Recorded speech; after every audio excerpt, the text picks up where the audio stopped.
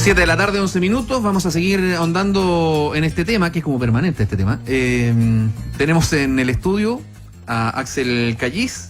¿Cómo estás, Axel? Hola, buenas tardes. Bienvenido. En esta oportunidad te presentamos como tuinfluyes.com. Y Chile 21, ambas. Ambas. Pero lo primero no lo conocía. ¿De qué se trata? Para empezar. Tuinfluyes.com es un panel.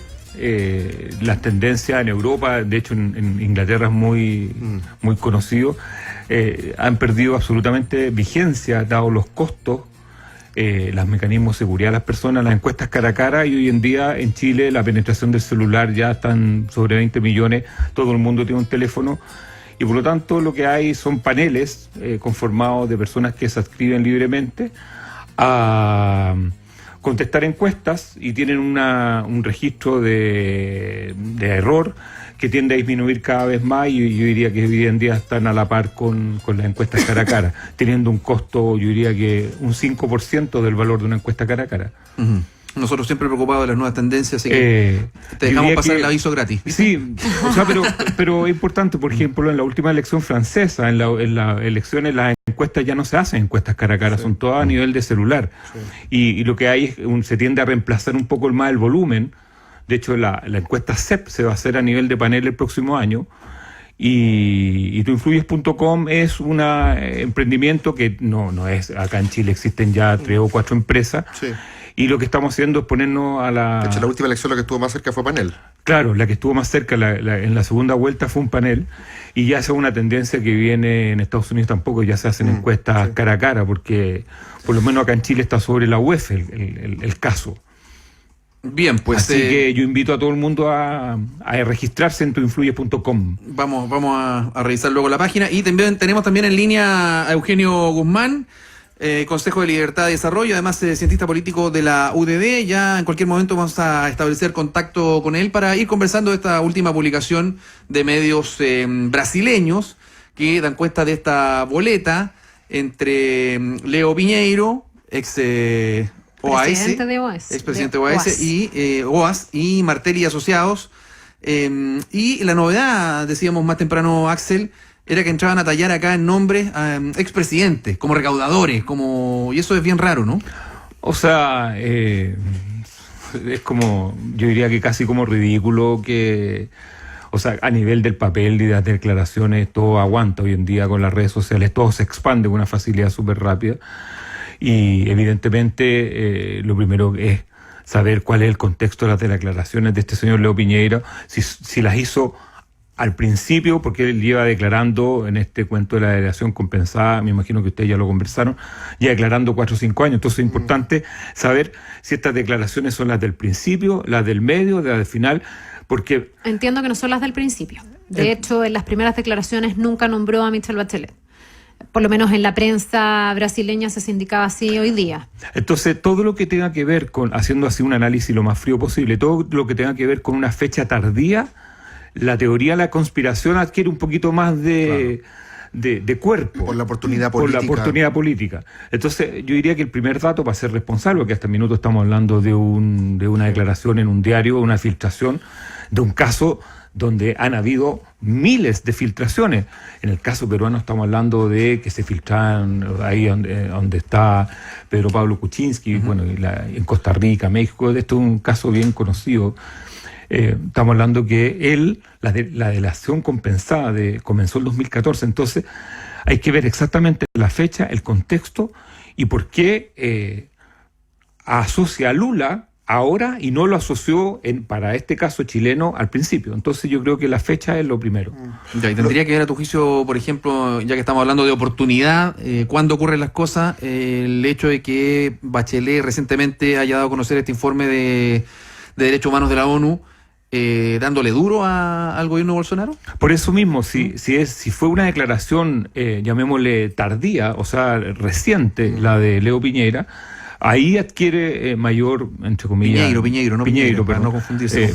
Verosimilitud, llamémosle el contexto de la conspiración brasilero contra Michelle Bachelet.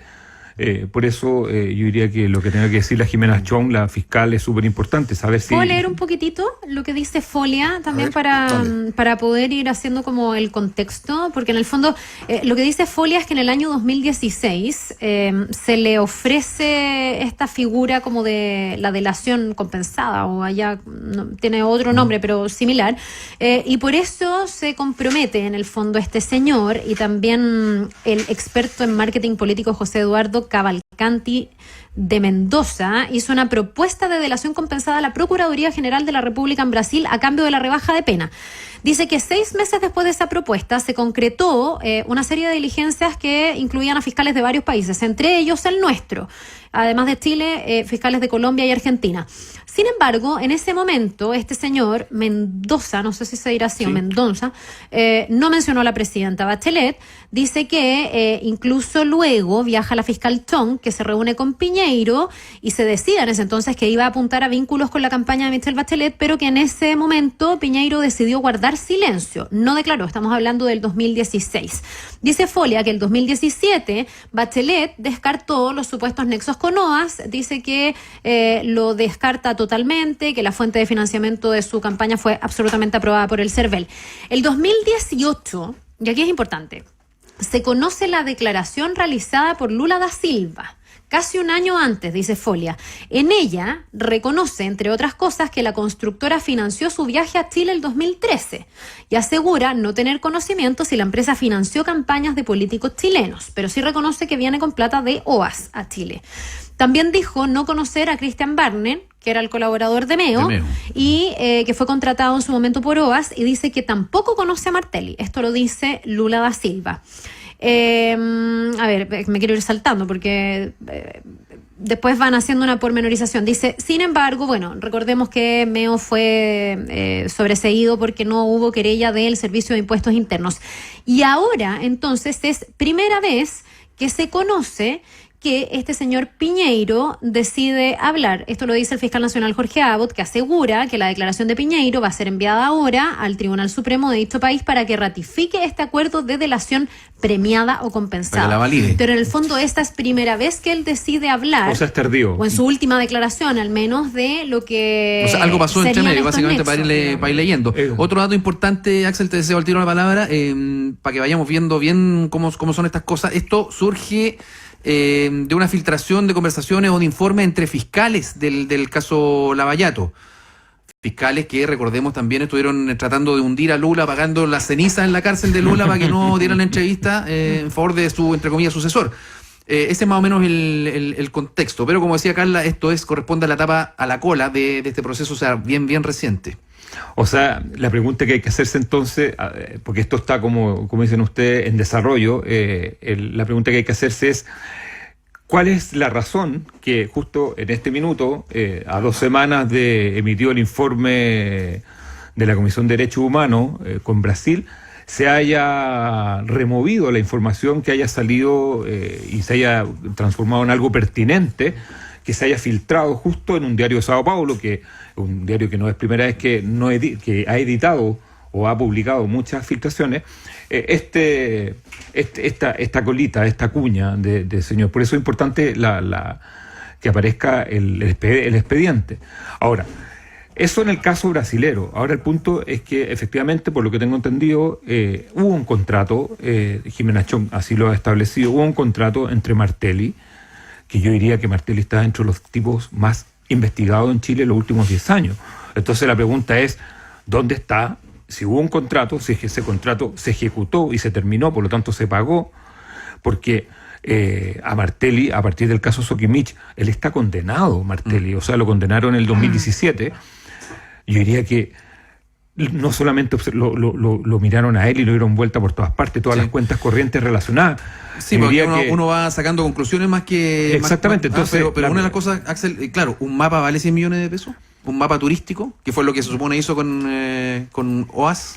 Si es un mapa, eso es lo que dice él. Hizo un mapa turístico. Sí, un mapa turístico, bueno, o sea, no voy a prestarle ropa, entre comillas, para que esté claro. Nadie le presta ropa. Pero si es un mapa turístico que incluye el valor de las propiedades ante posibles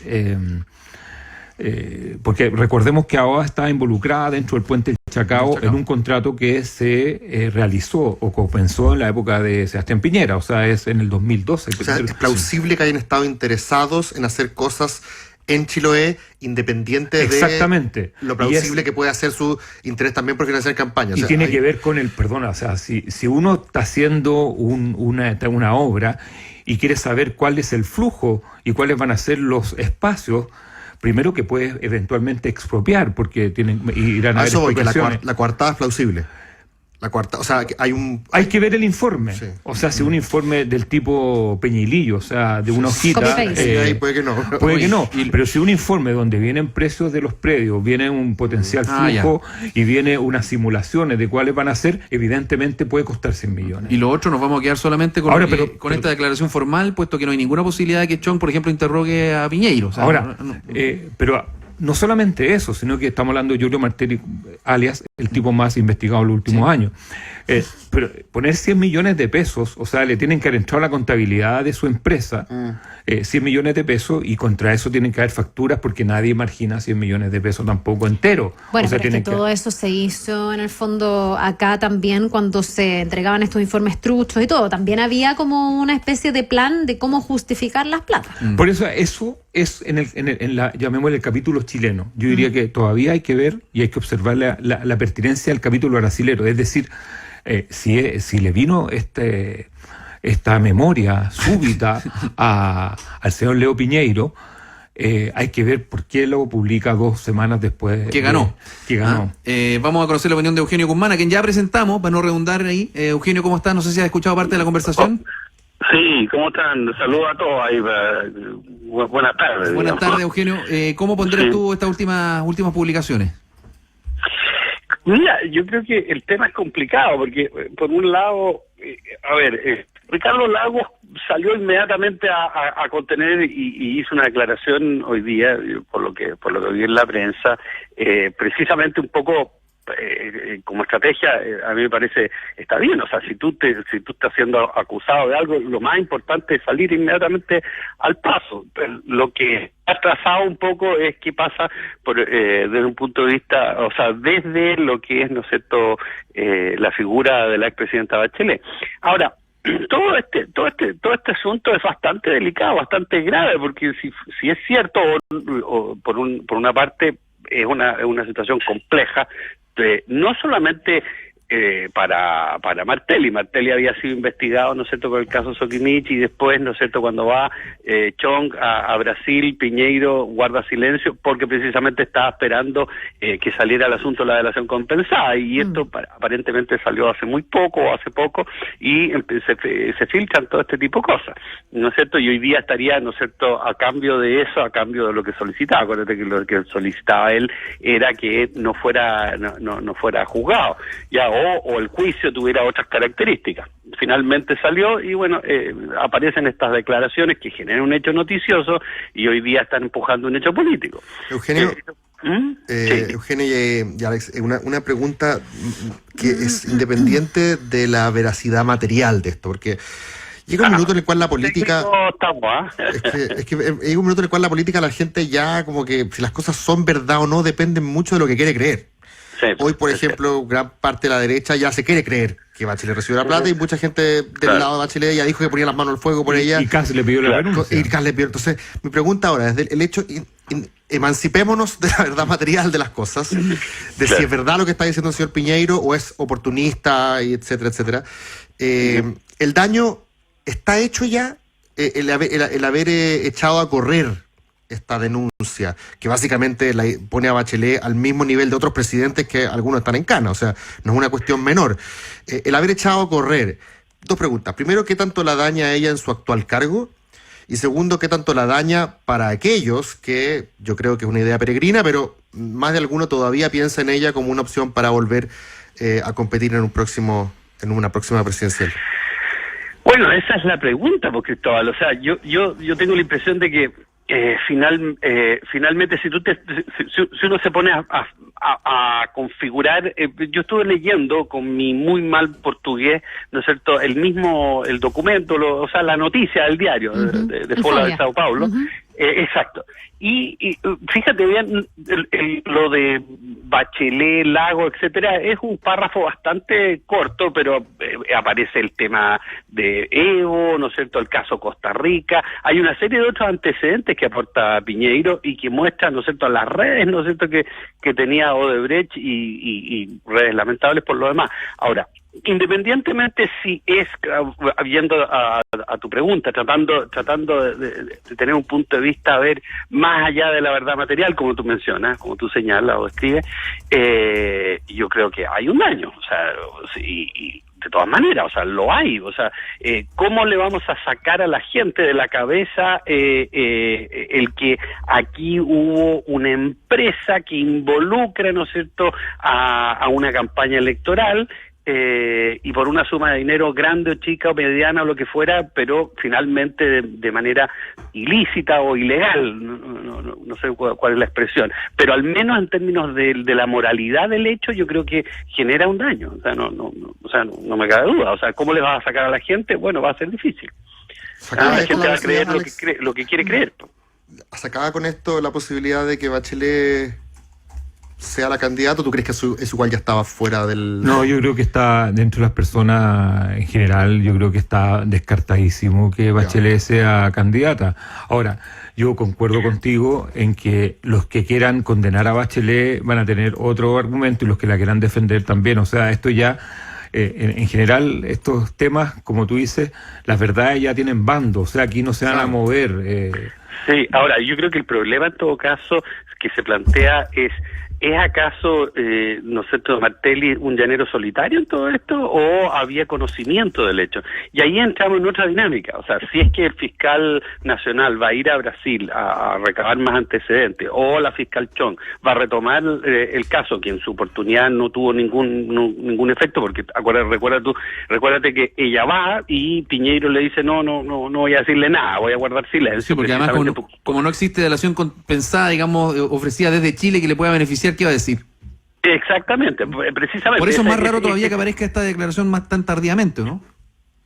Es que acuérdate que tampoco en Brasil se la habían otorgado. O sea, yo creo, hasta donde yo entiendo, la estrategia de los fiscales en Brasil era, de alguna manera, primero era condenarlo y posteriormente buscar otra salida. Bueno, y ahí hay todo un tema que si es que hay ánimo, ¿no es cierto?, en los próximos días. Pero volviendo al punto de fondo, yo creo que la pregunta que está, o sea, la pelota que está ahí saltando en términos noticiosos es si Martelli era un llanero solitario, hacía hacía todo este tipo de figuras de manera autónoma, o había algo más y alguien sabía más de aquello. Y eso es complicado para la política chilena. Yo lo encuentro muy malas noticias en ese sentido. Ahora, perdona, ahora para ponerle más misterio al caso, que aquí en este minuto yo creo que estamos como en la etapa de que existen muchas preguntas y tenemos que empezar o sea, esto es un contrato que es pasado cuando Michelle Bachelet ya era presidenta, es decir, no es un contrato por lo sí, que... pero es que, Axel, acuérdate lo que dice Piñeiro es que eso se hizo con posterioridad, se hace una simulación. Si tú lees la noticia, o sea, la declaración, lo que aparece en el diario, era que esto se simuló. ¿Me entiendes? Claro, y lo que dice, perdón Eugenio, lo que dice es que todo esto responde al temor que supuestamente tenía OAS de ser sacada de este consorcio a raíz del cambio en el signo del gobierno, porque en el fondo decían, con Sebastián Piñera estaba claro que se iba a hacer este puente, que nosotros estábamos dentro del consorcio, venía el cambio de gobierno, la más firme candidata y que presuntamente iba a ser presidenta era Michelle Bachelet. Entonces, ¿qué dice Piñeiro? Dice que a través de Lula lo conversa con Ricardo Lagos y Ricardo Lagos le garantiza un poco a Lula que se va a seguir adelante con esto. Esto es lo que dice Piñeiro, no lo estoy diciendo yo, es lo que dice Folia hoy día dentro de su artículo. A mí eso es no conocer absolutamente nada la relación que tenían y que tienen en los últimos años Lagos con Bachelet. Es decir, voy a ponerme en el caso de si hubiera buscado un lobista menos indicado para eso, habría sido Lagos. O sea, ¿te parece implausible que Lagos haya sido el que pasa el sombrero para Bachelet? Absolutamente. No, Eso pero no espérate, conocer pero el- es que Sí, esa- por eso, para que perdón, quede claro pero la esa tesis. esa es una mirada, pero otra cosa tiene que ver con el vínculo de Lagos con Lula, porque lo que hace este reportaje hoy día es poner a Lula como el gran articulador, y de eso trata el reportaje, por eso habla de Costa Rica y de otros países, como el gran articulador Bolivia. de las negociaciones de OAS con los gobiernos de los distintos países. No es que Ricardo Lagos era el recaudador de Bachelet, según este artículo. Lo que dice es que Lula, a través de Ricardo Lagos, se quiere de alguna manera asegurar de que sea OAS el que continúe con el proyecto del Canal del Chacao. Yo Claro, entendí sigue eso, vigente en Eugenio. todo caso la no sé observación si- de Axel, o sea, aún concediendo eso, digamos que era como el croupier ahí Lula, sigue- el recadero de...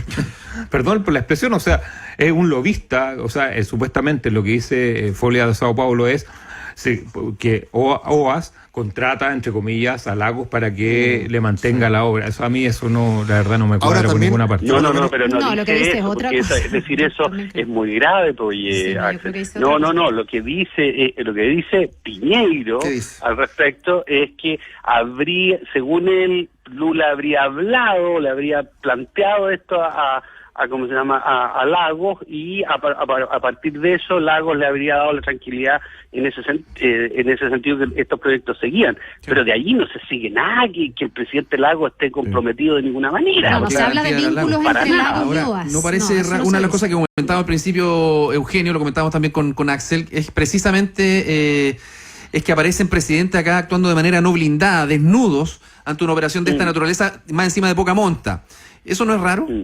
Hace aparecer como transando, Sí. pasando el sombrero, Ahora es y porque generalmente acá hay una serie de fusibles. Mira lo que pasa con el mismo Martelli, ha muerto en la raya, no ha comprometido a nadie, y es un fusible, digamos, en caso que haya alguna otra cosa más. Entonces, acá aparecen como totalmente descuidados los presidentes. Mira, sí, yo creo que sí, pero así tan descuidado está que hay varios presos en varios lados, pero en Sí, todo caso, somos más amateurs yo de lo quiero que parece.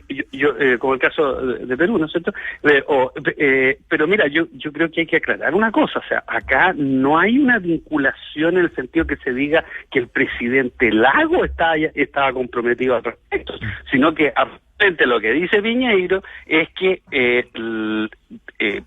Lula le habría comentado Sí.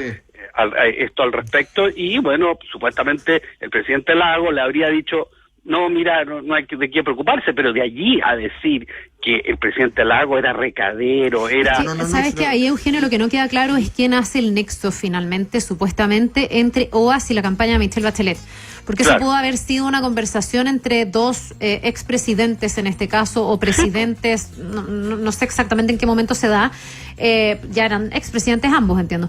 Pero en el fondo, de eso, ¿cómo se salta a que OAS haga un contrato con Martelli, que es el recaudador? ¿Me entiendes? Yo creo que ahí hay otra figura distinta a lo Perdón, que pudieron hablar recaudador como ya- en su código ya- de amistad estos dos perdón, presidentes acá, o expresidentes. un recaudador que ya dejó de ser recaudador, porque por lo que tú indicas, el contrato es de marzo a abril del 2014, es decir, está hecho ex post, supuestamente, la donación, entre comillas. Claro, es que la versión de Piñeiro Sí, es que eso se hace es que era para simulado. simular y Sí, para sí, maquillar pero lo que se hizo el 2013. porque Claro, las pero, platas habrían sido entregadas el entonces 2013. la pregunta, yo vuelvo a la pregunta, ¿cómo el fiscal que investigó Sokimich no encontró llamémosle el respaldo, la típica hay que seguir el dinero, de ese contrato el 2014? Porque tendría que existir facturas, tendría que haber existido un depósito, tendría que haber existido lo mínimo. Y eso te hace pensar que Piñeiro puede estar blufeando. Exactamente. O sea, más que espérate blufeando, un poco, pero perdona, ¿qué tiene Eugenio. que ver ahí Sokimich?